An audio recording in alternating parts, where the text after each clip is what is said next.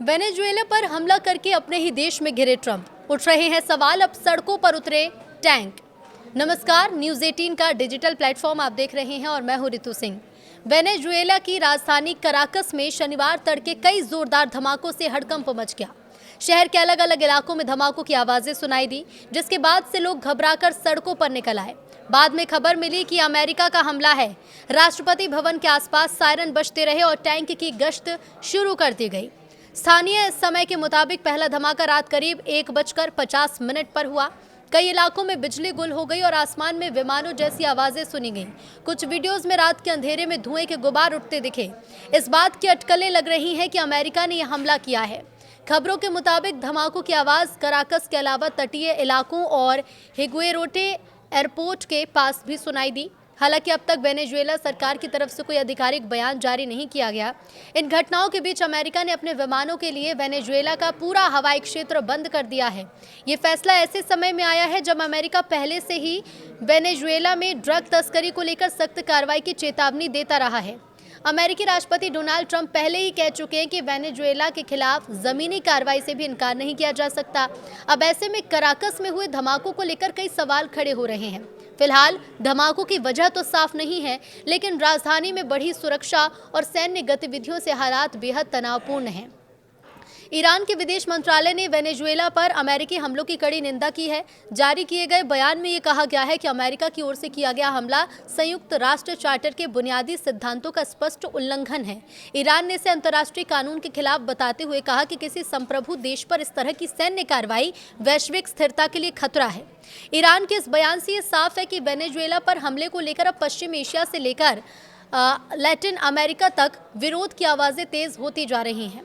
Venezuela में सैन्य कार्रवाई को लेकर अमेरिका के भीतर भी विवाद खड़ा हो गया है। एक रिपोर्ट के मुताबिक अमेरिकी सीनेट की आर्म्ड सर्विसेज कमेटी को वेनेजुएला में किसी भी संभावित सैन्य कार्रवाई के पहले कोई सूचना नहीं दी गई थी। इस पूरे मामले से परिचित एक सूत्र ने शनिवार सुबह ये जानकारी दी। बताया ये गया है कि ट्रंप प्रशासन ने वेनेजुएला में जमीनी हमलों से पहले कांग्रेस की समितियों को जानकारी देने को लेकर कोई ठोस प्रतिबद्धता नहीं जताई थी, जबकि कई सांसद लगातार इस बात पर जोर देते रहे कि सैन्य कार्रवाई से पहले उन्हें सूचित किया जाना चाहिए। अमेरिका की फेडरल एविएशन एडमिनिस्ट्रेशन ने शनिवार को बड़ा कदम उठाते हुए अमेरिकी विमानों के लिए वेनेजुएला के पूरे हवाई क्षेत्र को सभी ऊंचाइयों पर बंद कर दिया। FAA ने कहा कि ये फैसला चल रही सैन्य गतिविधियों से उड़ान सुरक्षा को होने वाले जोखिम को देखते हुए लिया गया।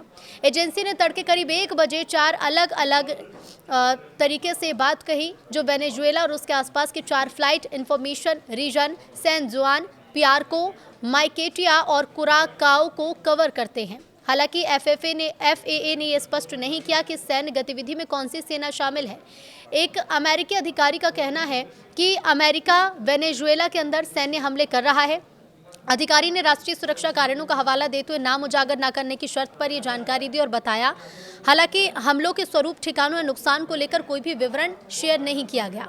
इस पुष्टि के बाद कराकस समेत देश के कई हिस्सों में जारी धमाके, सैन्य गतिविधि और आपात हालात को लेकर स्थिति और ज्यादा गंभीर मानी जा रही है। वेनेजुएला की सरकार ने आधिकारिक बयान जारी कर अमेरिका पर देश के नागरिक और सैन्य प्रतिष्ठानों पर हमले शुरू करने का आरोप लगाया। सरकार ने इस कार्रवाई को खुली सैन्य आक्रामकता बताते हुए कहा कि हमले राजधानी कराकस के साथ साथ मिरांडा, अरगुआ और ला गुइरा राज्यों में किए गए हैं। बयान में ये कहा गया है कि ऐसे प्रयास सफल नहीं होंगे। वेनेजुएला के अहम बंदरगाह ला ग्वायरा पोर्ट को अमेरिकी हवाई हमलों के बाद नुकसान पहुंचने की खबर भी सामने आई।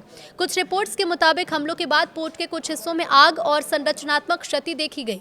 ला ग्वायरा पोर्ट राजधानी कराकस के बेहद करीब है और देश की सप्लाई चेन के लिए इसे रणनीतिक रूप से बेहद अहम भी माना जाता है।